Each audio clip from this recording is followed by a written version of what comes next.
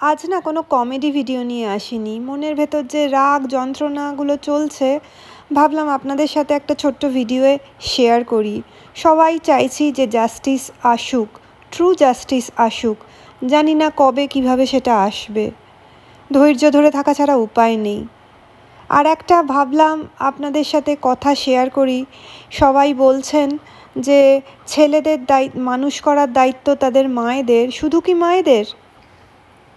একটা বাচ্চা যখন দেখে তার বাড়িতে বাবা মাকে রেসপেক্ট দিচ্ছে না, তাকে একটা পণ্য হিসেবে ব্যবহার করছে, তার কোনো মতামতের ভ্যালু নেই, তাকে ইকুয়ালিটি দেওয়া হচ্ছে না, সেও না সেটাই শেখে। সে ভাবে সেটাই ন্যাচারাল, তাকেও সেটাই করতে হবে।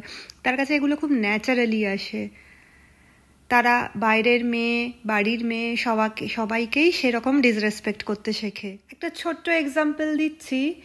বিয়ের পর যখন সবাইকে বলি যে প্লেটটা রেখে আসার কথা, আমাকে বলা হয়েছিল চিরকাল দেখে আসা হয়েছে বাড়ির পুরুষ মানুষ খেয়ে উঠে যায় আর মেয়ে মানুষরা এঁটো থালা রেখে আসে। আমি না খুব অবাক হয়েছিলাম। আমি খুব ব্লেসড যে আমি এরম ছোটবেলা পাইনি। আমার বাড়িতে পুরুষ মেয়ে নির্বিশেষে তাদের এঁটো প্লেট রেখে আসতো। তো এই ছোট ছোট এক্সাম্পল, এগুলোই বড় বড় ঘটনা তৈরি করে পরবর্তীকালে।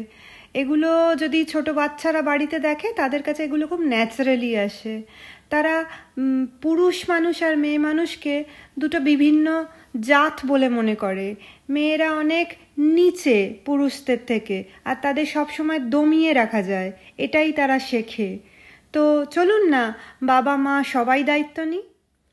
আমাদের প্রথাগত এডুকেশনের যেরকম দরকার, সেরকম এই জিনিসগুলোরও খুব দরকার। জানেন, মেয়েরা না দেবী হয়, মা হয়। এই পুরুষের জন্মও কিন্তু মেয়েদের থেকে। তাকে যদি রেসপেক্ট করতে না শেখানো হয়, তাহলে আর কি হবে? জন্মটাই তো বৃথা, তাই না? আর এই ধর্ষণ করে যারা, তারা কি পুরুষ? তারা যে কি জীব আমি ঠিক নিজেও জানি না। তারা মেয়েদের কেন, পশুদেরও ছাড়ছে না। কি বলি বলুন?